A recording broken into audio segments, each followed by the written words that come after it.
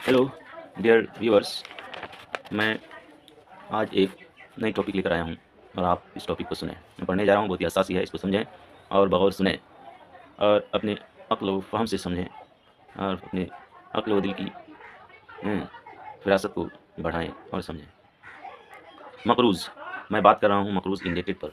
जब मैं दुनिया में आने का तसव्वुर किया गया, तब से मक़रूज़ रहा हूँ। सबसे पहले मैं दुनियावी सतह पर अपने मक़रूज़ होने पर खुलासा करता हूँ कि जब मैं अपने वालिदा महतरमा के शिकम में जगह पाई, तो सबसे ज़्यादा इस आलम में अपनी माँ, प्यारी माँ, जिस पर मेरी जान कुर्बान हो, उसका मक़रूज़ रहा और ता क़यामत तक रहूँगा कि उसने मेरी दुनिया में आने का ज़रिया बना मुझे वशूक़ से अपने दिल की अता गहराइयों से बेग़र्ज़ होकर परवान चढ़ने में मदद की, अपने वतन से पिलाकर शेर-ख़ार किया और दुनिया की हर बला व मुसीबत से दूर रखने की कोशिश की।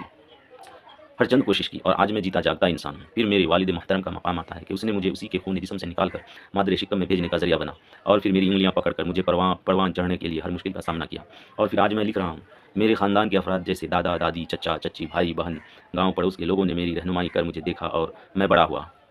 इस फहरिस्त में अव्वल मकाम माँ का है, जिसके लिए मैं अगर बूढ़ा हो जाऊँ और मेरी माँ हयात में हो तो मैं फ़कत उसी के लिए बच्चा और उसकी आंखों का सकून हूँ। ये तो रहा दुनिया में लोगों का मकाम मेरे पैदा होने पर, लेकिन मैं अब जिस हस्ती की बात करने जा रहा हूँ उसका एहसान हर एतबार से लामहदूद है कि उसने ही फ़कत हमारी दुनिया में आने का मंसूबा और प्लान किया है। नहीं तो मेरा वजूद ना होता, क्योंकि वो हस्ती खुदाए वाहिद है।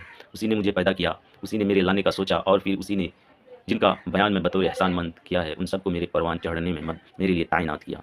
उसने मुझे सबसे अव्वल मेरा तसव्वुर किया, फिर मेरे लिए रूह को चुना जो उसी की पैदा किरदा है। फिर मुझे माँ और बाप के मिलाप से माँ के शिकम में डालकर मुझे माँ के शिकम में इंसानी शक्ल दिया। माँ के बतन से मुझे खिलाया पिलाया, जिस्म के तमाम अज़ा बैरूनी और अंदरूनी से नवाजा। फिर जब दुनिया में माँ के शिकम से बाहर आया तो हवा, पानी, रोशनी, ग़ज़ा से खिलाया और आज तक और ता क़यामत तक खिलाता रहेगा और फिर एक दिन मार डालेगा। भला सोचें तो सही कि जब हमें मारना ही था तो पैदा क्यों किया? इस सवाल का आसान जवाब है, जो हम इंसान पेचीदा करके समझते हैं, कि अल्लाह ने हमें अव्वल तो खलीफतुल अर्द बनाया और इनफरादी तौर पर एक मखसूस मकसद के लिए पैदा किया है। उसके लिए हमें शऊर से तफक्कुर और तदब्बुर करनी है, उसके अता की हुई अक्ल व दिल से, और फिर उस पर हिदायत की किताब और हिदायत करने वाले नबी व रसूल से। अब जिसने मुझे और मेरे लिए इतना कुछ किया, जिसने मुझे लाने का मकसद किया, तो फिर हमें वो क्यों ना कहे कि जब तक कोई मुझसे और मेरे रसूल से हर चीज़ से ज़्यादा बढ़कर मोहब्बत ना करे, तब तक वो मोमिन नहीं है। मुझे लगता है कि अब अतीउल्लाह व अतीउर रसूल का खुलासा हो गया होगा। अब मैं कह सकता हूँ कि ऐ मेरे रब फ़िदा का अबी व उम्मी, ऐ मेरे रसूल फ़िदा का अबी व उम्मी।